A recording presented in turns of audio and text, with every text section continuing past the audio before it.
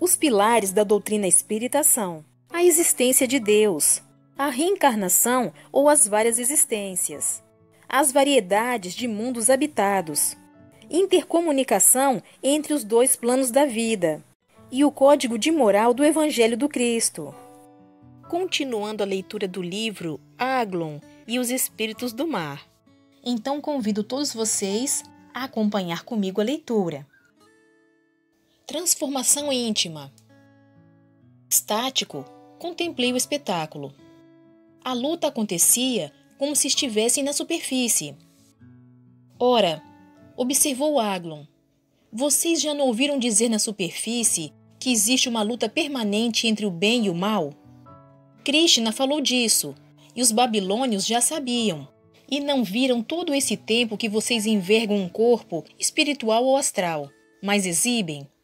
E não sentiram que têm as mesmas impressões que tinham quando na Terra? Verdadeiramente pouca coisa mudou, apenas mudaram de ambiente. O ódio ou o amor continuam. Enquanto a criatura não mudar a si mesma intimamente, não se transformar, nada muda. Somente muda de lugar no espaço e perde densidade e um certo tipo de peso. O fato mais importante que existe na vida do espírito é a transformação íntima. Sem isso, continuaremos a ser apenas peregrinos ou viajantes no espaço ou do espaço. Ficaremos indefinidamente criando situações difíceis para nós mesmos e estacionados no tempo. Não vamos para lugar nenhum. Permaneceremos onde estamos. A mente permanece paralisada e não vibra numa terra acima da parte em que está. Na realidade, por enquanto, evoluir é transformar-se para melhor. Aglon parou de falar e eu arrisquei. Por que diz por enquanto? O espírito fitou-me, cheio de misericórdia, e esclareceu. Porque à medida que nos aproximamos de Deus vibratoriamente, a vibração da mente se intensifica e as transformações diminuem. Quando as transformações forem quase nulas e a vibração da mente atingir uma intensidade infinita, aí seremos eternos. As palavras do grande espírito atingiram-me o coração e senti que penetrava no universo espiritual de Aglon, sob uma tempestade emocional de vibrações indescritíveis. Desejo de matar. A luta no navio continuava intensa. As armas se chocavam com barulho terrível e recrudescia a peleja. Aglon à frente. Atravessamos pelo meio daquelas criaturas que lutavam como se ainda tivesse corpo carnal. Exprimiam nas fisionomias ferozes o desejo de matar, dos dois lados. Capitães gritavam e davam ordens de guerra. Porém deles, ninguém nos percebia. Aglon segredou. Como você sabe, no mundo espiritual, os menos esclarecidos não veem os mais esclarecidos. Compreendi a sutileza de Aglon. Na verdade, ele queria dizer que os menos evoluídos não enxergam os mais evoluídos, a não ser que estes desejem e se coloquem em condições de serem vistos, e nem mesmo percebem ou ouvem o que falam. Eu não me considerava mais evoluído, mas admitia que os outros da equipe de Aglon eram, com exceção naturalmente de Holofernes. Parece que este compreendeu o meu pensamento, porque disse diretamente a mim. Em breve estarão todos eles nos presídios do mar. Procuraram naturalmente essa luta, que deve ter causado o afundamento do navio e a morte real de todos. Sim, a morte dos corpos. Pagarão por isso.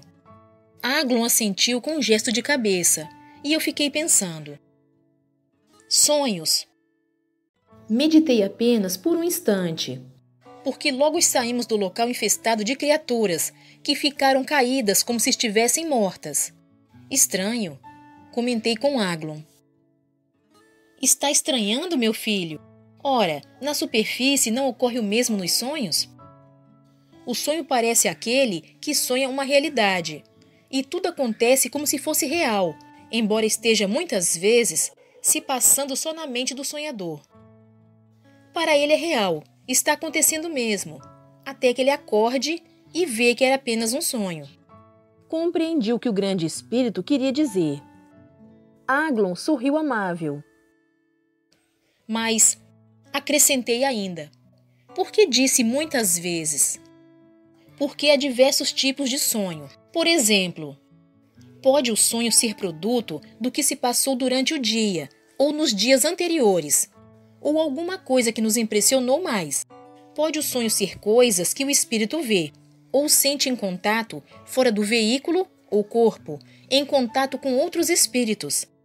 E pode ser ainda fatos relativos a uma encarnação anterior. Nem sempre o sonho é o resultado de elaboração da mente, ou mesmo confusão mental. Fitei Aglon, cada vez mais admirado com a sua sabedoria, e sorri para ele. Freud e Einstein. Ainda ouvíamos os estampidos dos tiros de Bacamarte e o entrecruzar das espadas e armas frias. Ouvíamos porque também, para entender, segundo disse Aglon, tivemos que entrar em uníssono com as vibrações do ambiente em que viviam ou estavam aqueles espíritos, e em consonância, portanto, com as armas que possuíam. E Freud? Pensei eu. Freud? Falou o espírito, naturalmente ouvindo o meu pensamento, porque, de acordo com o que já aprendera, os espíritos ouvem o que se pensa, não leem somente o pensamento. Freud, continuou Aglon, estava estudando os sonhos para resolver os problemas das enfermidades, especialmente nervosas, dos homens. Daí não entendeu muita coisa que poderia ter compreendido, e de modo especial, a reencarnação. Se ele tivesse compreendido e aceito a reencarnação, teria resolvido 90% dos problemas que estudava. Segundo sei, até bem pouco tempo, na espiritualidade como espírito, ainda não tinha aceitado, mas já estava propenso a estudar o assunto. Não sei se concluiu os seus estudos iniciados em 1966 sobre reencarnação. Observação. Nota do médium.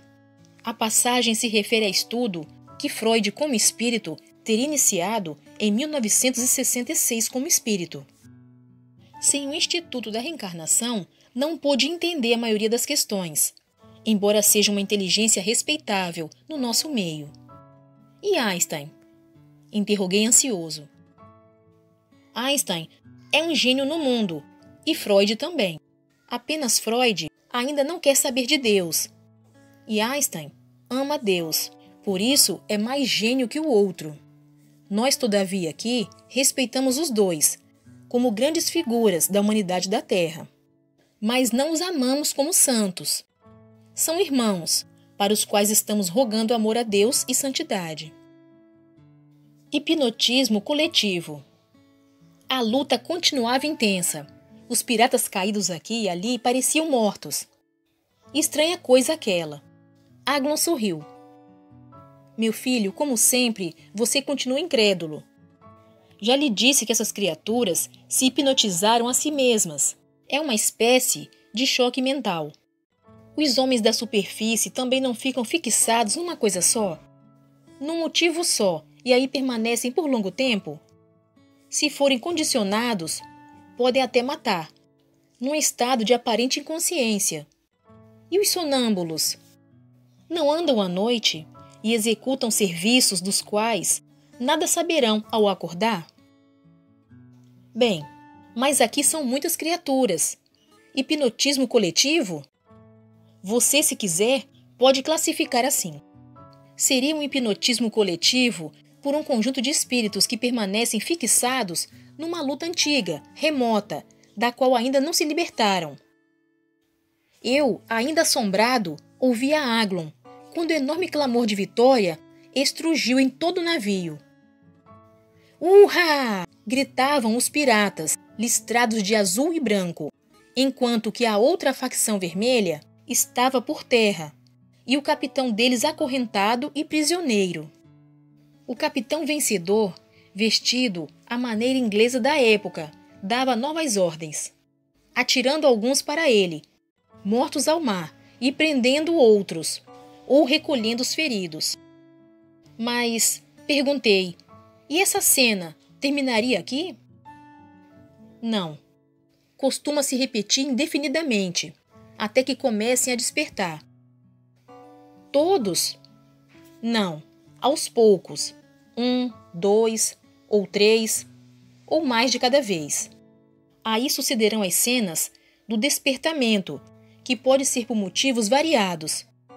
Intercessão familiar de cada um, ou em número maior, por intercessores da administração geral. Tendo em vista que, sendo os acontecimentos da mesma época, o despertamento se dará quase ao mesmo tempo, ou no mesmo período. Aglon riu alto e explicou. Para você entender, porque o assunto é mesmo difícil e complexo. Imagina os pintinhos numa chocadeira elétrica, ou mesmo ovos debaixo da galinha. Num período curto, começam quase todos a sair da casca. Foi quando eu entendi, e Aglon deu uma gargalhada. Meu filho, a natureza é a mesma em toda parte. O espírito afastou-se, e eu também comecei a rir da minha ingenuidade. Vigiar a si mesmo. Eu estava ainda sob impacto do esclarecimento do grande espírito. A cena fantástica daquelas criaturas sonambulizadas por si mesmas e vivendo acontecimentos muito tempos desaparecidos me levava a pensar na eternidade do inferno criada ou inventada por algumas religiões. O que era aquilo para aqueles espíritos? Enquanto não despertassem, não seriam nada, mas quando começassem a perceber que estavam vivendo um passado aparentemente extinto, haveriam de sofrer intensamente. Todavia, se somos eternos, tanto fazia o que chamamos aqui e ali, na crosta, no espaço aéreo ou no fundo do mar, de tempo.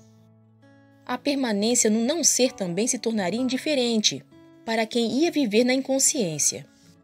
Esses pensamentos dominavam-me a casa mental um tanto inquieta, ou cheia de inquietação, pela minha incapacidade de resolver qualquer coisa, quando Aglon tocou-me o ombro e disse: Meu amigo, o mundo espiritual pode eternizar o mal ou o bem, depende de cada um.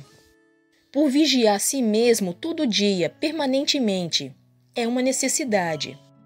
Estacionam-se no tempo e no mal, ou no tempo e no bem, quanto se queira. Ser escravo ou senhor também depende de cada um. A vida nos dá um movimento e a energia, mas a decisão de viver por este ou aquele caminho é uma decisão pessoal e intransferível. Ninguém viverá por nós. Tomamos a direção que nos conduzirá à desgraça ou à glória. Esse é o direito que as forças que governam o universo nos concedem. O Senhor nos indica o caminho, mas como disse velho amigo espiritual, cada um vive por si mesmo. Aglon tornou a se afastar um pouco, e eu fiquei ali ainda pensativo. Aqui também, em toda parte do universo, há a inteligência superior e a inteligência inferior, o bem e o mal. A inteligência que cresce e a inteligência que definha e morre ou estaciona. A inteligência que sobe e a que cai. A proporção que sobe adquire formas cada vez mais belas, e à medida que cai, se asila em formas cada vez mais feias e até monstruosas e más. A inteligência se manifesta no universo, de conformidade com a direção que damos a ela. O veículo, ou o corpo, seja ele físico terrestre, aéreo ou aquático, possuirá sempre esse veículo de conformidade com o bem e o mal que traz em si, e a inteligência que subiu ou desceu dentro de si mesmo. Entendeu? Eu estava absorto, sem saber ainda como pensar. Não perca a continuação dessa história. Obrigada pela sua companhia. Fique com Deus e até o próximo vídeo.